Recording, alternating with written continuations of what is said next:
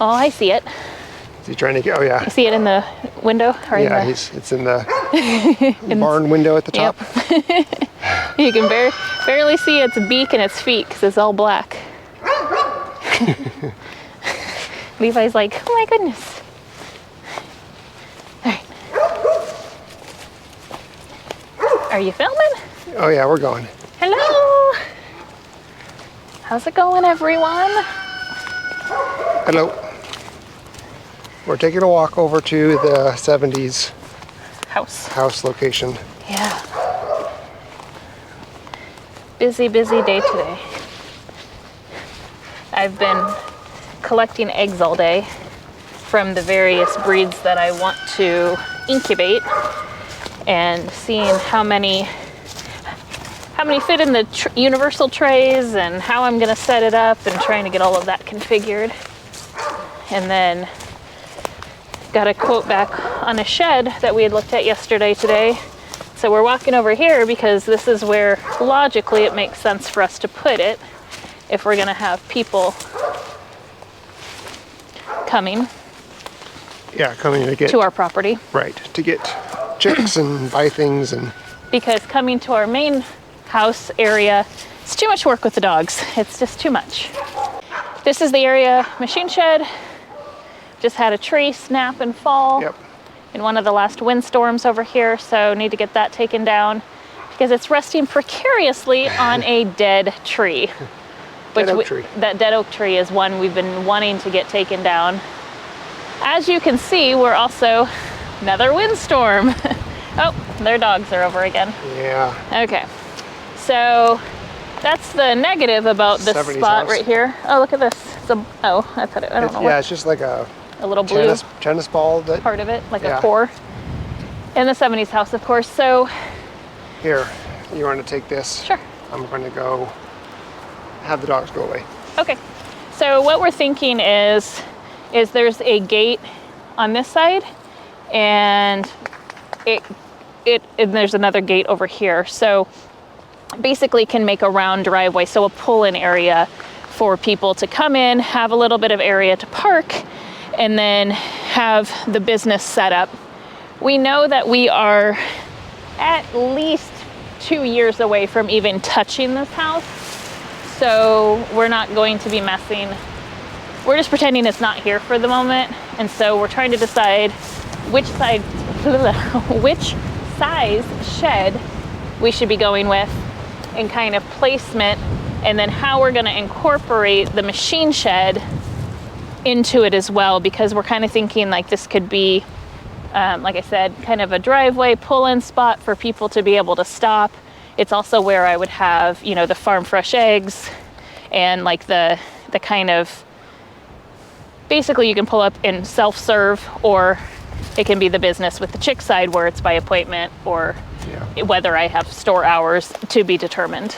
So just looking at this area, we'd have a little bit of work to do with making sure it's level, flattened out, and then of course where we want to put it. Yeah, so it all kind of slopes down like this towards the street. Yep. Towards the road. It does. And then we determine if we're going lengthwise with it, parallel to the street, or perpendicular to the street. Yeah, I'm almost kind of thinking like up here and kind of this, those are sharp, kind of like this, because that leaves a lot of open area still that could be potentially used as a garden, as something else. Well, we also have to make sure we have a good turnaround for the driveway. Yeah, that would be quite a bit further up. So you're thinking that it would kind of do this versus go around the shed? Correct. Okay. Yeah, I don't want it to come all the way up to the shed. Okay. Because that would be like the self-service, or there'll be like maybe a little parking area. Oh, okay. Oh, yeah. So come in here, gonna park, walk, and either go to that or to this shed. Or to the self-service, which would probably be closer to those trees. You know, on the driver's side. Right. Type where they'd pull in, could stop by it, look at the stuff. Yeah, so that's kind of the thought right now. The only thing is, of course, it's a bit of an eyesore having this old house behind you, but whatevs. Is this Yeah. Atlantis? Yeah, it's Atlantis. I think as long as everything else is clean and organized, then Yeah, I mean, if we clear around Yeah. the small trees that are around it and clear it and keep it brush hogged or yeah, rototilled, not rototilled, but you know, kept up, it won't be too bad. Moving this is just a dead Atlantis Yeah. tree of heaven. it fell Chop over. it up, and yeah, thankfully it fell over the correct direction. Yeah, unlike that one. That one I'm nervous about. Yeah, that one's soup. So yeah, and then we're talking like, how do we want to, because we do have plans to turn this into kind of a shop of sorts. So this would be part of it as well. But again, it's, Because it looks like these are all doors. yes, It's like a 3-bay shop. That's a door. This is a door here. Or maybe that one's not a door, but there's a door right there's there. a door, yeah. And so we would just get rid of all of these roots around here, open it up, scrape it all out, Get all clean the it all trash out, and then yeah. just put like really heavy gravel base down, put some wire mesh on the ground and up the walls before we do that, Yeah. just to keep a lot of the critters out. Well, yeah, that's a bit of work. That's a little bit down the line, but we have to think about that as we Placement and place the shed, because once the shed's placed, it's going to be unlikely that we're going to move it again. yeah. So it's really just, will it work for, longer term? And that's why I was kind of thinking, if we were to kind of put it in this area. Yeah, it looks like there's a nice little flat. It kind of goes downhill right there, and then it kind of flattens out right here, and then it starts going down again. Yep. And it'd be nice to have it And- here. Yep. Then it's closer also, so it's close to that. It's closer to our pond in operations, close to the well. Yep. We could fence this in, Yep. make it nice and secure, but still leave this area out here. Yep. Wow, it's very windy. Crazy. It's very, very windy. Hopefully the microphones aren't getting all bogged down from it, but it's windy. It's not like a crazy, scary windstorm, but it's windy enough. Yeah. Yeah, it's moving pretty good. Yeah. So yeah, there's a couple trees here that we'd want to address, Yep. because I was just thinking, is it far enough away that if that tree was to come this way, it's not going to crush the shed, Right, yeah. type of a thing. So just thinking about those things as well. But yeah, I think this right here would be a good spot Yeah. for it. And Yeah, you were up more. But yeah, I was up more, but I'm just not going to stand inside of the tree. But yeah, so I think this would work. I like the daffodil row somebody planted. You see them? I do. Okay. I want to leave room to be able to drive from the driveway Back. back to the barn. Okay. Yeah, I think there'll be plenty of room. Because it's either a 10-foot wide or a 12-foot wide shed. So, Yeah. and then if we put it this way, the length of it wouldn't block. Yeah. So it would just be kind of we could always put the front of it going this way, like the door. Yeah. Sorry. Still be lengthwise, but you could put a deck and like the entrance, you could still put it in the side of the building. It wouldn't necessarily have to be, the entrance wouldn't necessarily have to be in the front. That's what I was trying to say. Aw, look at the good doggies. They're just chilling. They're waiting. They're waiting. They're like, we know better than to get next to that fence. Cool. Any other thoughts on it? You good? No, I'm good. Okay. It's like you hear all the peepers, and you just stepped on the daffodil. Yeah, it'll be just fine. And then all the daffodils are starting to come up. Hi, Kinsley. You're doing such a good job waiting.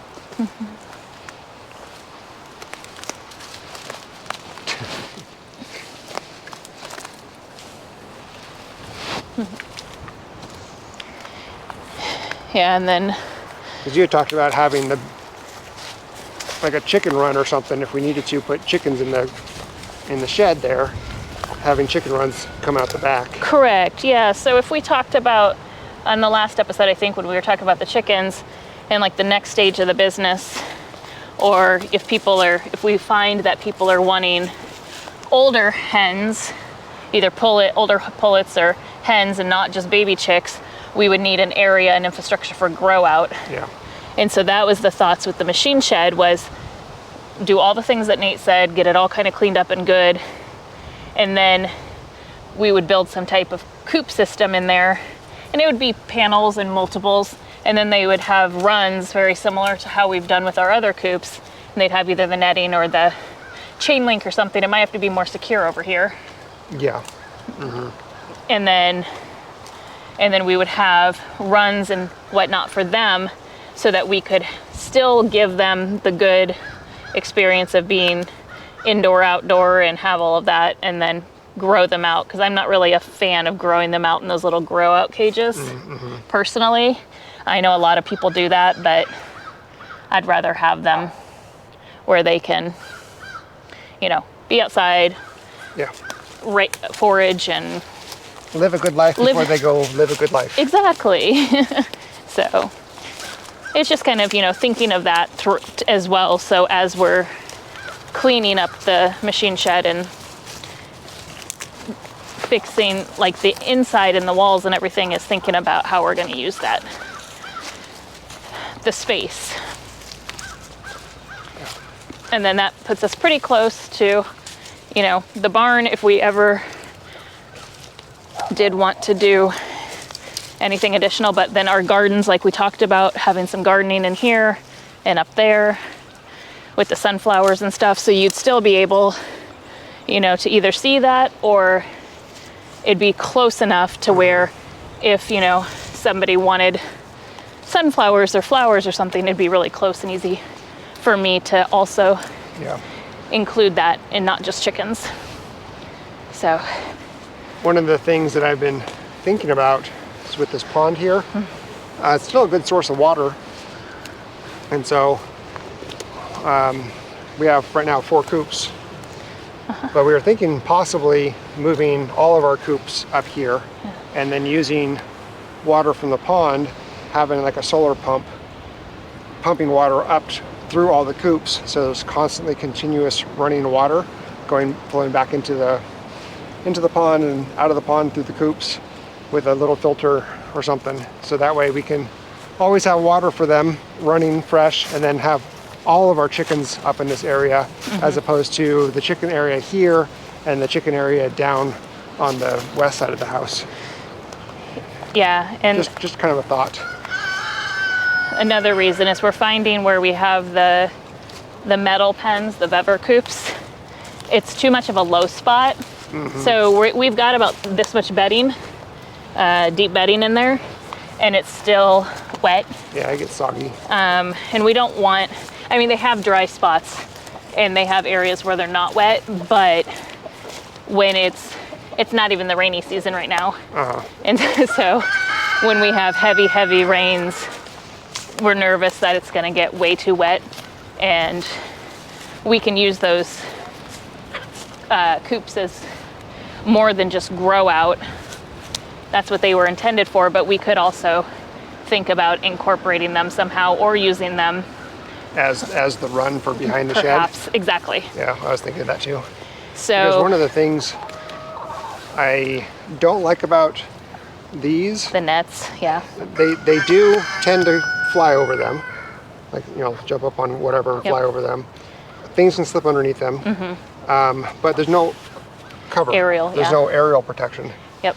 And this is the coop where, oh no, they were free ranging when the hawk got it, but it was one out of this group. Yeah. She's down there, she's alive, she's fine, she's completely healed.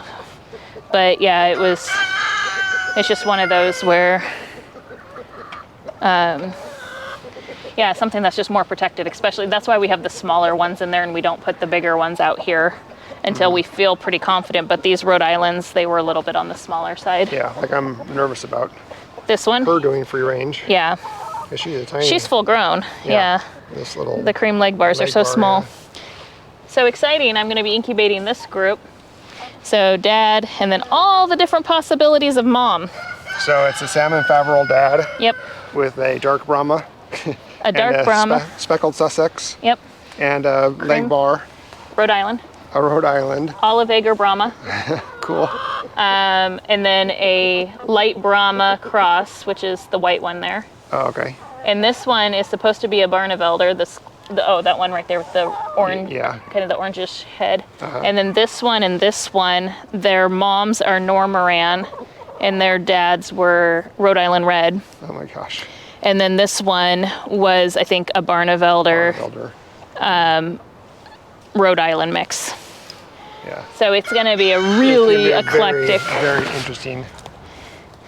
I made sure to incubate 5 of the cream leg bar Faverol. Oh, wow.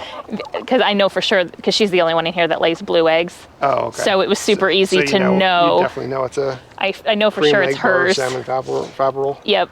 And then the Brahma ones, I'm pretty positive, and the speckled Sussex, because we have others of those, and so I'm pretty confident in their eggs. And the Normorans, I'm confident in which eggs are theirs. Yeah. Because they lay very, chocolate very eggs. dark eggs, yes. Yeah, so it's going to be fun, like to see what hatches and if they have the floofy cheeks and the beard like the salmon Faverols do. Oh, no. He's not. I know, he's but going it just somewhere. scared him. Yeah, he's going up front. Yeah, he is. Whoa, look how fast they are. Levi is so fast. Oh, now Kinsley. Not a chance, Kinsley. And there she goes. She doesn't even know what she's... No, she has no clue. She's got nothing. All right. Are we... So I went tractor shopping today. I looked at my, I think, a final tractor. I think. Pretty certain. I did not go with him. I Yeah. stayed home. Yeah. You saw the smaller version I of did. the one that I saw today. Yep.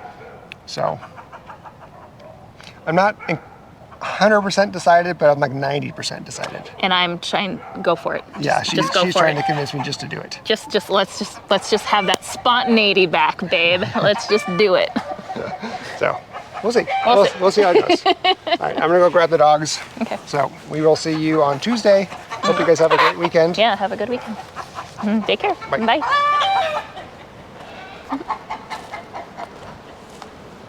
Hey, pretty girl. You're gonna have beautiful babies. Yes, you are.